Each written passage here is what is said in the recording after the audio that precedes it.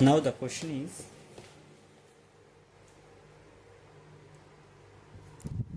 find the point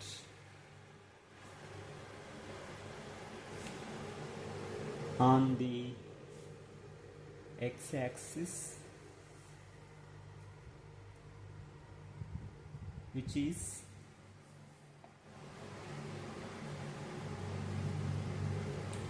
equidistant from 7, 6 and -3, 4.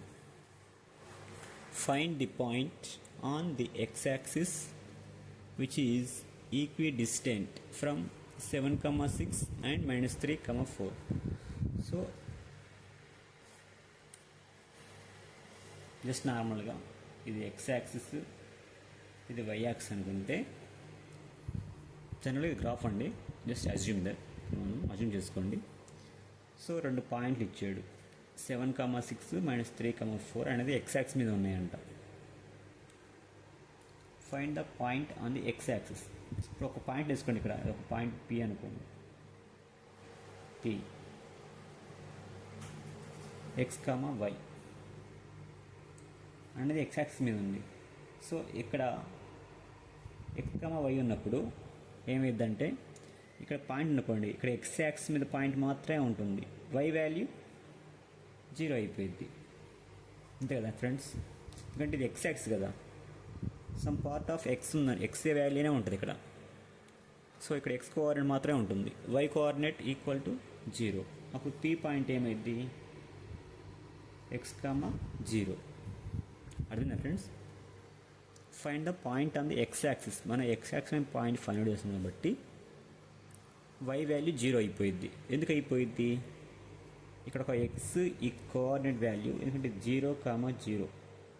So ఇది X axis, so X value మాత్రమే ఇక్కడ ఉంటుంది యాక్సిస్ మీద. వై యాక్సిస్ ఇక్కడ కదండి, ఇది కదా.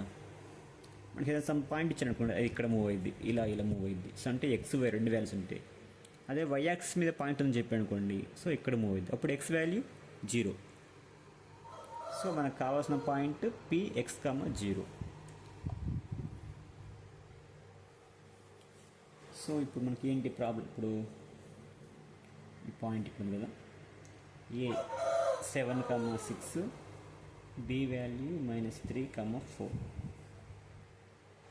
ఓకేనా ఫ్రెండ్స్? అంటే ఏంటి పాయింట్, ఇది ఎక్స్ యాక్సిస్ కదా, ఇక్కడ పాయింట్ పి ఉంది కదా, ఇలా వేసుకోండి, ఏ బి -3, 4 లేకపోతే 7, 6.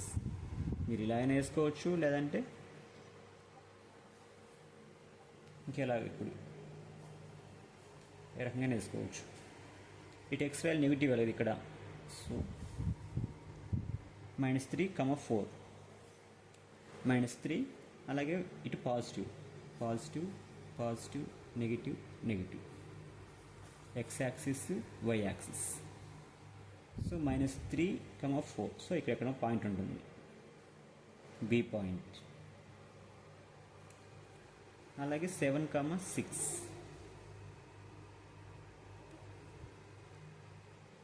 సో 2 పాజిటివ్, ఇక్కడ సంథింగ్ 7, 6. ఇది మన పీ పాయింట్ అనుకుంటే ఇక్కడ. So BP equal to AP అన్నమాట. సో ఈ డిస్టెన్స్ ఈక్వల్ టు ఈ డిస్టెన్స్. సో మనకి ఈక్వల్ డిస్టెన్స్ కాబట్టి AP equal to BP. So AP square equal to BP square. మనకు ఫార్ములా ఏంటండి, square root of x2 - x1 whole square plus y2 - y1 whole square formula కదా. So మన square root పోవడానికి AP square equal to BP square. అప్పుడు formula ఏమైంది, x2 - x1 whole square plus, ఇది కదా formula, AP square equal to BP square. So ఈ formula మనకి ఏంటి, ఏపీ స్క్వేర్ వచ్చినప్పుడు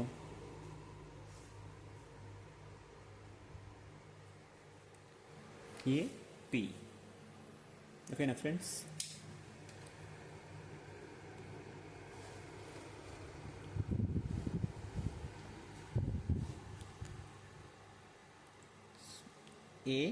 ఏకి పీకి చూసుకోండి. x2 అంటే x మైనస్ x1 అంటే 7 హోల్ స్క్వేర్ ప్లస్ y2 అంటే 0 మైనస్ y1 అంటే 6. అలాగే BP x minus into minus plus 3 whole square plus 0 minus 4 whole square. x square plus 14x minus 14x plus a square minus 2ab plus b square friends. అందుకని minus 6 whole square అంటే 36. ఇది a plus b whole square. a square plus 2ab 2 into 3 into x 6x plus b square plus 16. x square minus 14x plus 49 plus 36 85. x square plus 6x plus 25. x square cancel. Minus 14x minus 6x equal to 25 minus 85.